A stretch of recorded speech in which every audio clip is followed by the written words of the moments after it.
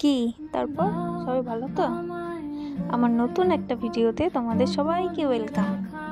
আশা করছি সবাই খুব ভালো আছো, আর আমিও ভালো আছি। আসলে ভিডিওটা দিতে অনেকটা লেট করে ফেললাম, মাঝখানে অনেক ঝামেলা ছিল, সব কিছু সামলে উঠতে উঠতে অনেকটা লেট হয়ে গেল।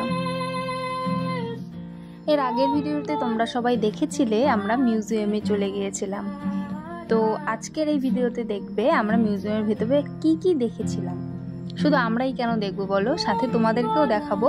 তো তোমরা দেখতে থাকো, আর আমাকে অবশ্যই কমেন্টে বলবে আলিপুরদুয়ারের এই মিউজিয়ামটিতে তোমরা কে কে গিয়েছিলে। মিউজিয়ামের ভেতরের এই বন্যপ্রাণীদেরকে তো কম বেশি সবাই চেনো। প্রথম অবস্থায় আমি এন্টার করার পরেই ভেবেছিলাম যে এগুলো হয়তো আর্টিফিশিয়াল, কিন্তু কিছুক্ষণ পরে ভালো করে দেখে বুঝলাম যে না, এগুলোকে ফ্রিজ আপ করা রয়েছে। আসলে মিউজিয়ামের ভিতরে না অনেক রকম আর্টিফিশিয়াল জিনিসও ছিল, সেই কারণেই আমার এই ধরনের ভুল ধারণাটা এসেছে। ওপরে ওই বাঘের চামড়াগুলো দেখতে পাচ্ছিলে, ওগুলো অরিজিনাল। আর এখানে বিভিন্ন ধরনের পাখি ছিল, আরও অনেক কিছু ছিল, গাছের ফল টল ছিল, যেগুলো ভিডিও ক্লিপস নিতে পারিনি কারণ ভিডিওটা অনেক বড় হয়ে যেত। আর ওপরে যে শিংগুলো দেখতে পাচ্ছ, মাথাগুলো দেখতে পাচ্ছ, এগুলো অরিজিনাল। অনেক বাইসন, হরিণের শিং, অনেক কিছুর মাথা, অনেক কিছুর শিং ছিল। আবার এদিকে অনেক পাখিদের ডিম ছিল, হাতির পা ছিল।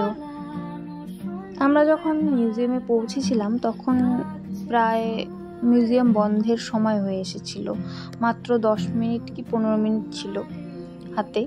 তো ওই 10-15 মিনিটের মধ্যেই সমস্তটা ঘুরে দেখা তাড়াহুড়ো করে, তারপরে তাড়াতাড়ি আমাদেরকে বেরিয়ে যেতে হয় কারণ মিউজিয়াম বন্ধ করে দিত।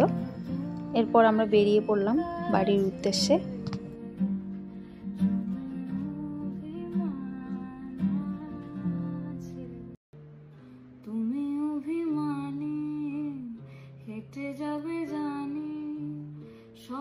আমাদের এই ছোট্ট ঘোরাঘুরির ভিডিওটি তোমাদের সবার কেমন লাগলো কমেন্ট করে জানাবে। ভালো লাগলে অবশ্যই লাইক করে দেবে, আর আমার ফেসবুক পেজটাকে ফলো করতে ভুলো না কিন্তু। দেখা হচ্ছে নতুন কোনো ভিডিওতে, ততক্ষণে সবাই ভালো থেকো, সুস্থ থেকো।